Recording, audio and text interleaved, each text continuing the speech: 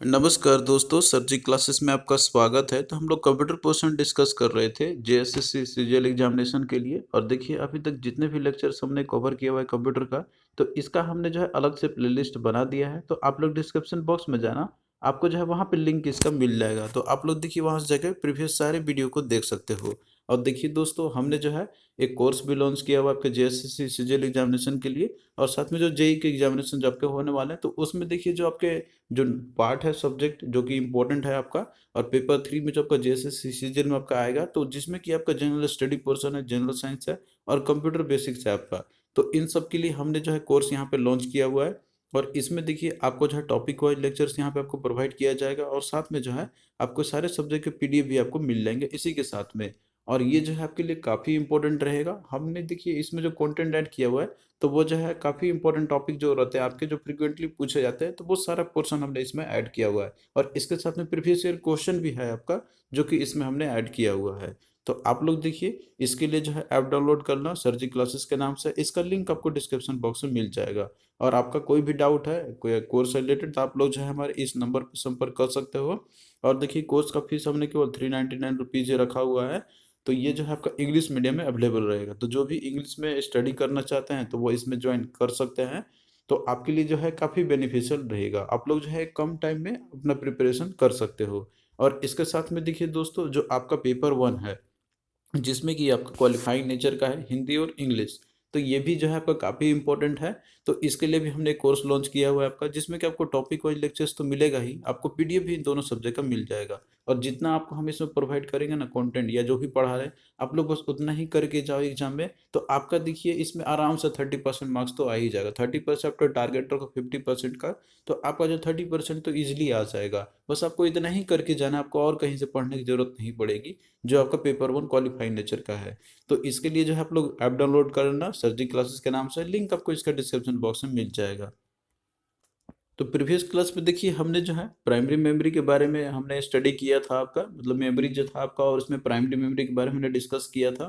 तो आज का जो क्लास है, इसमें हम लोग सेकेंडरी मेमोरी के बारे में स्टडी करेंगे हम लोग। और इसे जो है ऑक्सिलरी मेमोरी भी बोला जाता है। तो ये आपका स्टोरेज डिवाइसेस का ही पार्ट में आपका आता है ये। तो देखिए जो सेकेंडरी मेमोरी आपके होते हैं ये, तो ये जो है आपका लार्ज अमाउंट ऑफ डेटा को ये स्टोर कर सकते हैं, इन्फॉर्मेशन या डेटा जो भी आपके रहता है यहाँ पर। और ये जो है एक लंबे समय के लिए हम इसमें स्टोर करके रख सकते हैं, as compare to primary memory, या फिर जो मेन मेमोरी आपका रहता है। प्राइमरी मेमोरी आपका देखिए जो डेटा स्टोर करके रखता है, तो वो टेम्परेरी बेसिस पे रखता है। यानी कि जो डेटा एक बार आप उस पर आप जैसे जो भी स्टोर करके रखता है, तो वो जो आपका लॉस्ट हो जाता है एक टाइम पीरियड के बाद में, या फिर आप कंप्यूटर ऑफ करो तो उसके बाद जो है आपका डेटा उसमें से लॉस्ट हो जाता है। तो सेकेंडरी मेमोरी की रिक्वायरमेंट इसलिए पड़ती है, ताकि अगर हमें कोई भी डेटा को अगर लंबे समय के लिए स्टोर करके रखनी है, तो उसके लिए सेकेंडरी मेमोरी की ज़रूरत पड़ती है। तो सेकेंडरी मेमोरी के अंदर में देखिए बहुत सारे आपके एग्जांपल आते हैं आपके। यहाँ पे आप जैसे फिगर में आप देख सकते हो, और आपने जो भी देखा होगा, जो आप डेटा स्टोर करते हो, जैसे हार्ड डिस्क है आपका, इसके अलावा आपका यूएसबी हो गया, मतलब जो आपका फ्लैश ड्राइव होता है, मेमोरी कार्ड आपका रहता है, इसके साथ में फ्लॉपी डिस्क जो आपका पहले जो अवेलेबल होते थे। तो ये सारे जो है आपको सेकेंडरी मेमोरी डिवाइसेस के एग्जाम्पल है। अब देखिए जो सेकेंडरी मेमोरी है, इसकी ज़रूरत क्यों पड़ती है? क्योंकि हमें डेटा को जैसे स्टोर करके रखना पड़ता है, लार्ज अमाउंट ऑफ डेटा जो रहता है आपका, तो उसके लिए हमें सेकेंडरी मेमोरी की ज़रूरत पड़ती है। क्योंकि जो मेन मेमोरी आपका रहता है, जैसे कि आपका रैम हो गया फिर रोम हो गया, तो उसमें देखिए मेमोरी की लिमिटेशंस होती है, तो उसमें आप लोग स्टोर तो करके रख नहीं सकते हो। और इसके साथ में देखिए जो सीपीयू जो आपका होता है ना, तो वो सेकेंडरी मेमोरी से कम्युनिकेट डायरेक्टली वो नहीं करता है। वो उसके लिए चाहिए प्राइमरी मेमोरी, मतलब मेन मेमोरी से वो आपका जो है कम्युनिकेशन होती है, यानी कि जो प्रोसेसिंग आपका आपका होगा, तो वो सेकेंडरी मेमोरी से डायरेक्टली नहीं हो पाएगा। उसके लिए सबसे पहले सेकेंडरी मेमोरी से प्राइमरी मेमोरी में लानी होती है। अब देखिए सेकेंडरी मेमोरी में आपका डेटा जैसे लार्ज अमाउंट ऑफ स्टोर्ड आपका रहेगा वहाँ पे, तो वो जो एक सीक्वेंस में आएगा, यानी कि पार्ट बाय पार्ट जो भी एक्सेसिंग करना रहता है जिस एड्रेस को, तो वो सबसे पहले सीपीयू उसको एक्सेस करेगा। तो इसी के लिए रिक्वायरमेंट पड़ती है आपकी प्राइमरी मेमोरी की। और सेकेंडरी मेमोरी आपका है, तो वो large amount of data store करने के लिए होता है। तो बस यही थोड़ा सा बेसिक डिफरेंस है इन दोनों के बीच में। अब यहाँ पे देखिए सेकेंडरी मेमोरी डिवाइसेस जो आपके रहते हैं, तो ये बहुत तरीके के आपके अवेलेबल हैं आजकल। जैसे कि आपके कुछ मैग्नेटिक डिस्क भी होते हैं, जिसमें के अंदर में आपका हार्ड डिस्क ड्राइव का हो गया, फ्लॉपी डिस्क हो गया, अब मेमोरी स्टिक आपके हो गए। तो ये एग्जाम्पल आपके मैग्नेटिक डिस्क के। और वहीं पे देखिए जो ऑप्टिकल डिस्क की बात करते हैं, तो इसमें की एग्जांपल की बात करते हैं, आपका सीडी, डीवीडी हो गया और ब्लू रे डिस्क आपका हो गया, और कुछ सॉलिड स्टेट डिस्क भी आपके आते हैं, जैसे कि आपका पेन ड्राइव या फिर फ्लैश ड्राइव, ये होते हैं। तो हम इनको जो है एक एक करके यहाँ पे स्टडी करेंगे सभी को। तो सबसे पहले देखिए हम बात करते हैं मैग्नेटिक डिस्क की। तो मैग्नेटिक डिस्क देखिए, इसमें एग्जाम्पल आपका पहला है हार्ड डिस्क का है। तो हार्ड डिस्क ड्राइव जो है आपका, तो ये मेन है आपका, और यूजुअली जो है ये लार्ज डेटा को स्टोर करने के लिए यूज़ करता है कंप्यूटर के अंदर में। इनफैक्ट जितने भी कंप्यूटर आते हैं तो उन सभी में जो है आपको हार्ड डिस्क देखने को तो मिलेंगे ही मिलेंगे आपको। बट अब जो है टेक्नोलॉजी और जैसे इसमें एडवांस होता गया, तो अब जैसे एसएसडी का भी यूज़ किया जाता है आपका, बट हार्ड डिस्क तो आपको देखने को मिलेगा ही मिलेगा। और इसका जैसे यूज़ क्या आता है डेटा को स्टोर करने के लिए या फिर उसको रिट्रीव करने के लिए भी किया जाता है। तो इसमें देखिए जो है रोटेटिंग डिस्क लगे हुए रहते हैं, यानी कि इसके अंदर में प्लेटर रहते हैं। ये रोटेटिंग डिस्क आपका रहता है, जिसके अंदर में जो है मैग्नेटिक मटेरियल से कोटिंग किया जाता है। तो इसीलिए देखिए आपके मैग्नेटिक डिस्क के अंदर में आपका आता है, इस कैटेगरी में आपका आएगा। और इसके साथ में जो है इसमें ट्रैक्स और सेक्टर्स वगैरह रहते हैं, जो कि इसी में आपका जो है डेटा आपका राइट किया जाता है इसके अंदर में, और वही आपका स्टोर रहता है। तो इसमें देखिए थोड़ा सा नॉइज प्रोड्यूस होता है आपका, क्योंकि इसमें रोटेटिंग डिवाइस होते हैं ये। तो देखिए जो मैं आपका हार्ड डिस्क है, तो ये दो तरीके से अवेलेबल आपके रहते हैं। एक आपका इंटरनल हार्ड डिस्क, जो कि इस तरीके का आपका रहता है, और एक आता है आपका एक्सटर्नल हार्ड डिस्क है, मतलब जिसको आप यूएसबी के थ्रू जो है आप कनेक्ट कर सकते हो अपने सिस्टम के अंदर में। फिर दूसरा देखिए आपका एग्जांपल यहाँ पर है फ्लॉपी डिस्क का है, मैग्नेटिक डिस्क के अंदर में ही। तो ये देखिए एक सॉफ्ट मैग्नेटिक डिस्क आपका रहता है, और ये जो है आप पोर्टेबल भी होते हैं ये, मतलब आप इसको जो है कैरी कर भी सकते हैं एक जगह से दूसरे जगह पे। लेकिन देखिए इसका डिसएडवांटेजेस क्या है कि ये जो है एक्सेसिंग में ये स्लोअर होते हैं हार्ड डिस्क के कंपेरिजन में अगर बात किया जाए तो। और इसके साथ में जो स्टोरेज कैपेसिटी भी होती है ना, तो वो बहुत ही कम होती है, यानी कि जो आपका हार्ड डिस्क कैपेसिटी होगा तो उससे बहुत ही कम होती है। और इसके साथ में ये जो है आपका, ये लेस एक्सपेंसिव तो होते हैं, लेकिन यहाँ पे देखिए स्टोरेज की बहुत ही ज़्यादा कम होती है इसके अंदर में। अगर स्टोरेज की बात करें तो ये जो आपका 1.44 MB तक ही इसके अंदर में स्टोरेज कैपेसिटी रहती है। तो ये फ्लॉपी डिस्क का देखिए दो साइज का आता है, एक आपका हो गया दैट इज़ 5.1/4 इंच का, और एक आपका 3.2 इंच का हो गया। तो ये दो वेराइटी में जो है फ्लॉपी डिस्क अवेलेबल रहते हैं। अब आइए यहाँ पे हम लोग बात करते हैं ऑप्टिकल डिस्क का। तो ऑप्टिकल डिस्क के अंदर में देखिए ये जो है आपका स्टोरेज करने के लिए भी इनका भी यूज़ किया जाता है आपका यहाँ पर। तो इसमें देखिए जो डेटा जो स्टोर्ड रहते हैं ना आपके, तो वो जो है डिजिटल फॉर्मेट में स्टोर्ड रहते हैं, और इनको जो है लेजर असेंबली के माध्यम से डेटा को रीड किया जाता है। तो इसीलिए इनको जो है ऑप्टिकल मीडिया कंसिडर किया जाता है। तो इसका देखिए मोस्ट कॉमनली एग्जाम्पल की बात करते हैं टाइप का, तो इसमें आपका जो है डिफरेंट इसके वेराइटी आते हैं, जैसे कि आपका सीडी हो गया, इसके अलावा डीवीडी आपका हो गया, और एक आपका होता है ब्लू रे डिवाइस आपके हो गए। तो यहाँ पे देखिए इनके जो है और फर्दर जैसे इसके रहते हैं इसके अंदर में कैपेसिटी की बात करते हैं, वेवलेंथ रीड राइट स्पीड की बात करते हैं, और एग्जाम्पल की बात करते हैं हम लोग। तो आप लोग यहीं से कंपैरिजन कर सकते हैं कि कौन सा ज़्यादा बेटर होगा। तो देखिए कैपेसिटी की यदि हम बात करते हैं, तो सीडी जो है आपका इसका कैपेसिटी होता है लगभग 700 MB का, और वहीं पे डीवीडी की बात करते हैं तो इसका आपका होता है 4.7 GB से लेके आपका 17 GB तक का। और इसके बाद देखिए ब्लू रे जो डिवाइस आपका ब्लू रे डिस्क आपका जो है, तो इसका कैपेसिटी अप टू 50 GB का होता है। तो साइज के कंपैरिजन में, कैपेसिटी कंपैरिजन ब्लू रे जो डिवाइस आपका है, तो ये इसकी ज़्यादा होती है। और वहीं पे अगला देखिए वेवलेंथ की बात करते हैं, मतलब जो स्पीड किसकी ज़्यादा होती है, तो आप देख सकते हो यहाँ पर कि इसका जो स्पीड है आपका, तो वह है 780 नैनोमीटर, और इसका आपका है 650 नैनोमीटर, और जो ब्लू रे डिस्क आपका है इसका होता है 405 नैनोमीटर। और रीड राइट स्पीड की बात करते हैं, तो इसमें आप देख सकते हो यहाँ पर कि जो कैपेसिटी जो रहता है आपका यहाँ पर, इसके अकॉर्डिंग सीडी का जो है इसका स्पीड भी काफ़ी कम रहता है आपका, यानी कि 1200 KB पर सेकेंड। और वहीं पे डीवीडी की बात करते हैं, इसका आपका होता है 10.5 MB पर सेकेंड। और वहीं पे देखिए इसकी बात करते हैं हम लोग ब्लू रे डिस्क का, इसका आपका होता है 36 MB पर सेकेंड है। एग्जाम्पल में देखिए इसके भी डिफरेंट वेराइटी अवेलेबल होते हैं आपके, जैसे सीडी का आपका एक सीडी रोम हो गया, यानी कि इसमें एक बार जो डेटा राइट किया जा सकता है तो उसको फिर आप लोग जो है इरेज नहीं कर सकते हो। और एक आपका होता है सीडी रीराइटेबल, मतलब कि इसके अंदर में जो है आप लोग एक बार इरेज करके इसके ऊपर में राइट कर सकते हो, उसके बाद नहीं किया जा सकता।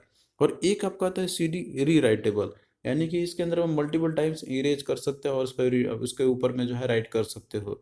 तो ये सब के वैरायटी आते हैं आपके, उसी तरीके से डीवीडी में भी आपको मिल जाएगा। तो आपको बस देखिए एग्जांपल यहाँ पे याद रखना है, इतना आपको डेप्थ में जाने की ज़रूरत भी नहीं है। इसके अलावा देखिए कुछ सॉलिड स्टेट डिस्क भी आते हैं, जैसे इनको ऑफलाइन स्टोरेज डिवाइस भी बोला जाता है। और इसमें देखिए जो डेटा स्टोर आपका किया जाता है, तो इसमें देखिए जो डेटा रहता है आपका, तो इसको एक्सटर्नली कनेक्ट हम लोग कर सकते हैं सिस्टम के साथ में।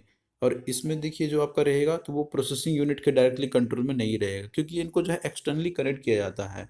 इनके ऊपर में जो डेटा आपका रहेगा तो इनको रीड करने में देखिए सीपीयू जो है आपका वो टाइम लगेगा, क्योंकि इससे जो है इनको मतलब सीपीयू जो है आपका इसके डेटा में क्या है तो उससे अवगत नहीं रहेगा, तो जाहिर सी बात है उसको रीड करने के लिए टाइम लगाएगा। बट जो आपका हार्ड डिस्क में रहता है तो उसमें वहाँ पे थोड़ा सा इन्फॉर्मेशन रहता है उसके पास में, अगर उसको पहले आपने कभी भी यूज़ किया होगा तो ये थोड़ा सा डिफरेंस रहता है इन दोनों के बीच में। अब इनको जो है हमें ऑपरेट करने के लिए ऐसे कंप्यूटर सिस्टम में इनको जो इंसर्ट करना पड़ता है, उसके बाद ही जो है डेटा रीड किया जा सकता है। तो देखिए इस एग्जांपल की बात करते हैं तो इसमें आपका यूएसबी फ्लैश ड्राइव या फिर पेन ड्राइव हो गया, इसके साथ हम मेमोरी कार्ड आपका हो गया। तो सबसे पहले हम यहाँ पे देखते हैं यूएसबी जो फ्लैश ड्राइव आपका रहता है, तो ये जो आपका एक स्मॉल पोर्टेबल फ्लैश टाइप का एक मेमोरी कार्ड आपका रहता है, जो कि हम लोग कंप्यूटर के अंदर प्लग करते हैं यूएसबी पोर्ट के माध्यम से। और ये जो है आपका एक पोर्टेबल हार्ड ड्राइव जो आपका रहता है तो उसी की तरह ये भी फंक्शन करेगा। तो इसके भी देखिए डिफरेंट साइजेस अवेलेबल रहते हैं आपके, जैसे 256 MB का फ्लैश ड्राइव हो गया, इसके अलावा आपका 512 MB का हो गया, 1 GB, 5 GB या फिर 16 GB, इससे भी और ज़्यादा साइज के भी आते हैं आजकल। फिर नेक्स्ट देखिए आपका अगला जो यहाँ पे देखिए अगला जो आपका पोर्शन है वो है मैग्नेटिक टेप का है। तो देखिए जो मैग्नेटिक टेप जो रहता है तो ये भी जैसे डेटा स्टोरेज करने के लिए भी यूज़ किया जाता था पहले। आपने जैसे कैसेट देखा होगा, और जो ऑडियो कैसेट पहले जो आते थे, तो ये आपका मैग्नेटिक टेप जो आपका कैटेगरी के अंदर में आता है। तो ये देखिए इसके अंदर में जो है जैसे टेप का मैग्नेटिक टेप का यूज़ किया जाता था रिकॉर्डिंग करने के लिए।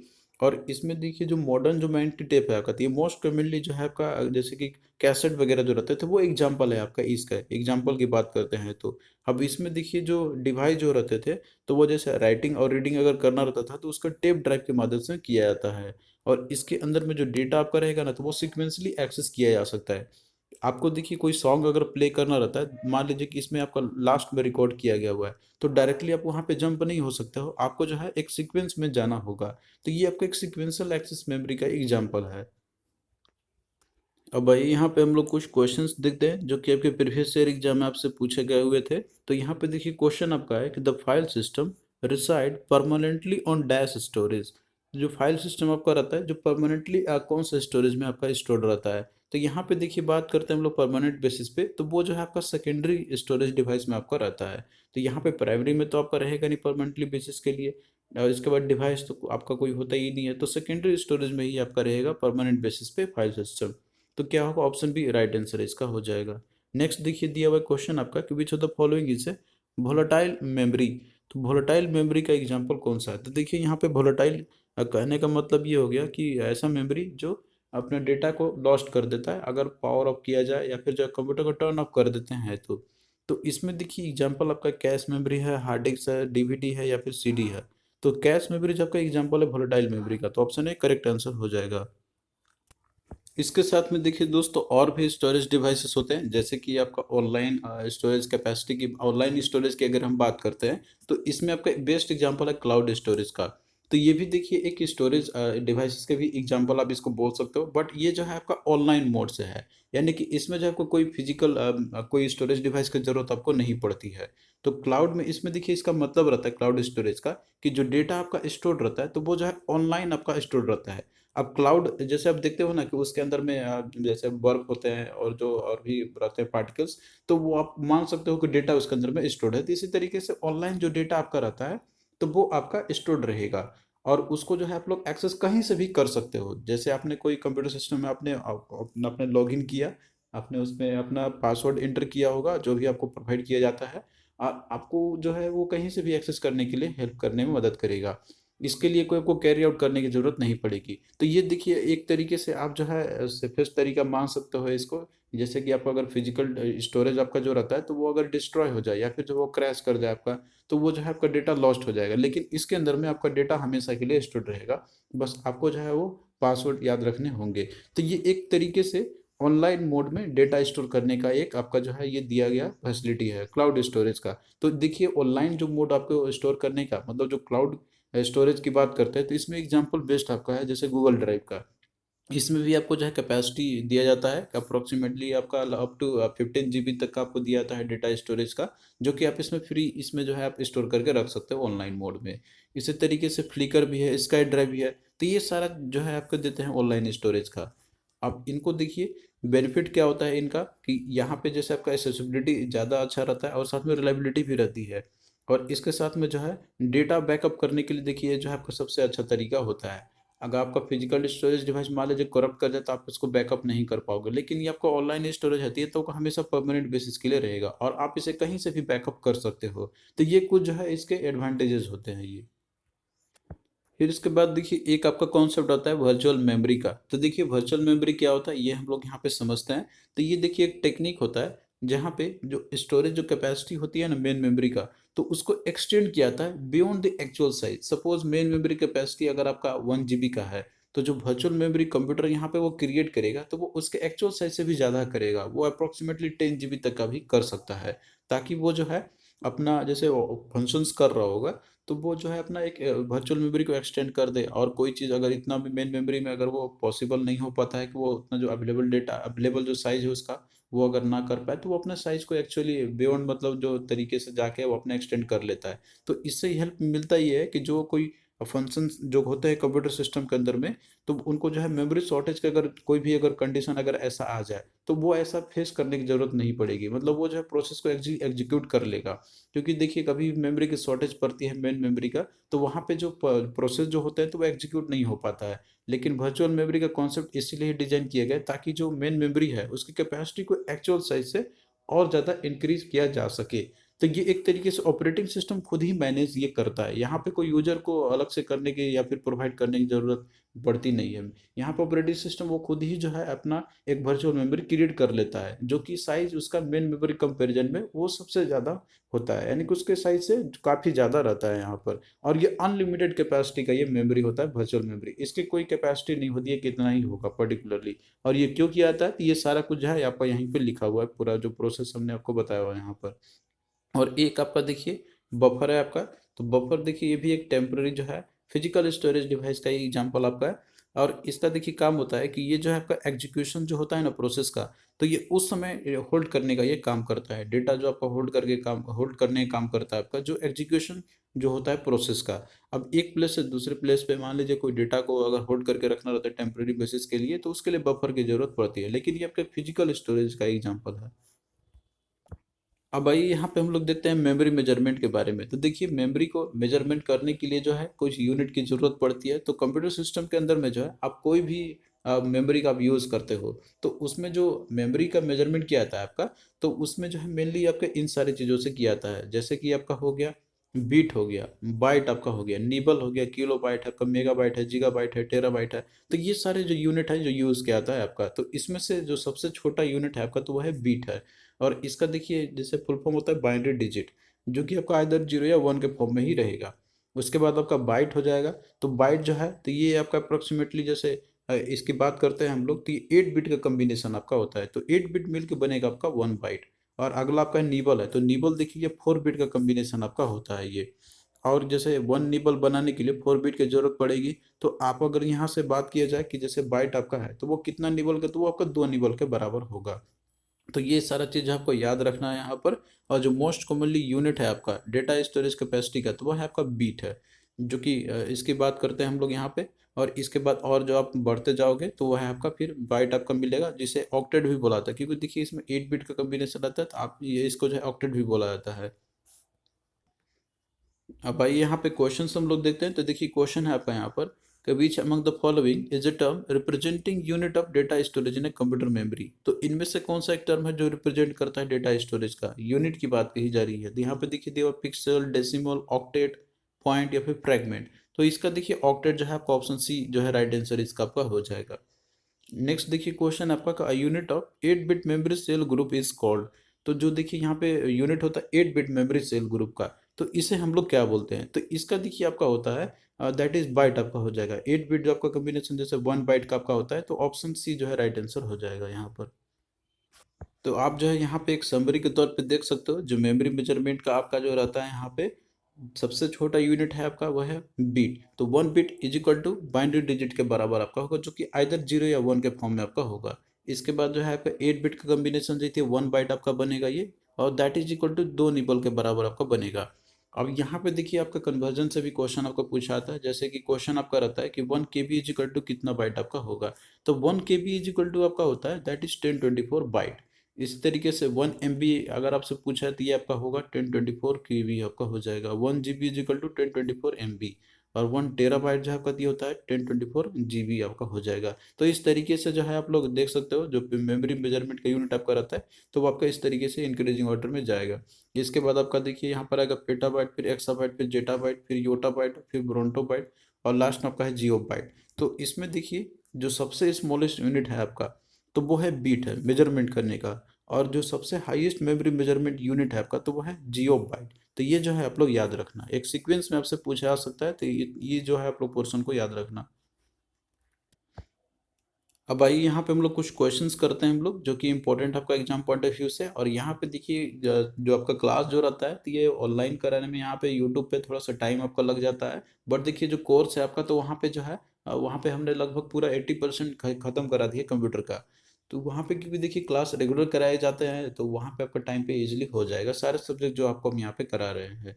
तो आप लोग मैनेज करना अपने अकॉर्डिंग। तो क्वेश्चन देखिए यहाँ पर है आपका कि which of the following statement is valid. तो कौन सा स्टेटमेंट यहाँ पर आपका वैलिड है।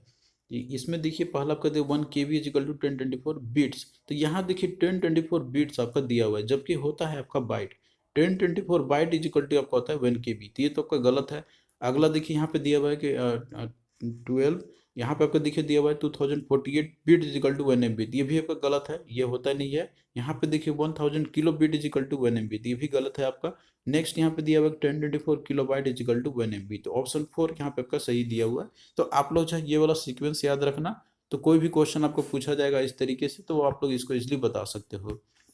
नेक्स्ट देखिए दिया हुआ है कि which of the following is the smallest measure of storage. तो इसमें से कौन सा स्मॉलेस्ट मेजर है स्टोरेज का। अब देखिए ये आपका ऑप्शन पे डिपेंड करेगा कि इसमें आपका कौन कौन सा दिया हुआ है। अब इसमें देखिए बात करते हैं तो यहाँ पे आपका दिया टेराबाइट, किलोबाइट, गीगाबाइट और मेगाबाइट है। तो इस ऑप्शन के अकॉर्डिंग तो इसमें जो सबसे स्मॉलेस्ट मेजर है स्टोरेज का तो वो है आपका किलोबाइट। तो ऑप्शन 2 यहाँ पे आपका राइट आंसर हो जाएगा। अब यहाँ देखिए अगर आपसे पूछ देता कि स्मॉलेस्ट के जगह पे हाईएस्ट अगर पूछता आपका कि कौन सा है मेजर स्टोरेज का तो इस ऑप्शन के अकॉर्डिंग यहाँ देखिए आपको जैसे टेरा, किलो, जीगा और मेगा है तो टेराबाइट आपका हो जाएगा। ऑप्शन 1 आपका यहाँ पे राइट आंसर होता। तो आपको ऑप्शन को देख के करना है। ऐसे तो स्मॉलेस्ट यूनिट आपका होता है बिट, बट जो ऑप्शन आपका दिया रहेगा आपको उसी में से सेलेक्ट करके बताना है। तो थैंक यू दोस्तों, आपको कैसा लगा ये लेक्चर आप लोग कमेंट करके जरूर बताना। और देखिए इसी तरीके से आगे भी आपका ये क्लास चलता रहेगा। तो आप लोग से बस रिक्वेस्ट यही है कि प्लीज़ आप लोग वीडियो को शेयर करो अपने फ्रेंड्स के वो, ताकि हमें मोटिवेशंस मिलता रहेगा। तो चलिए दोस्तों मिलते हैं फिर नेक्स्ट वीडियो में, तब तक के लिए बाय।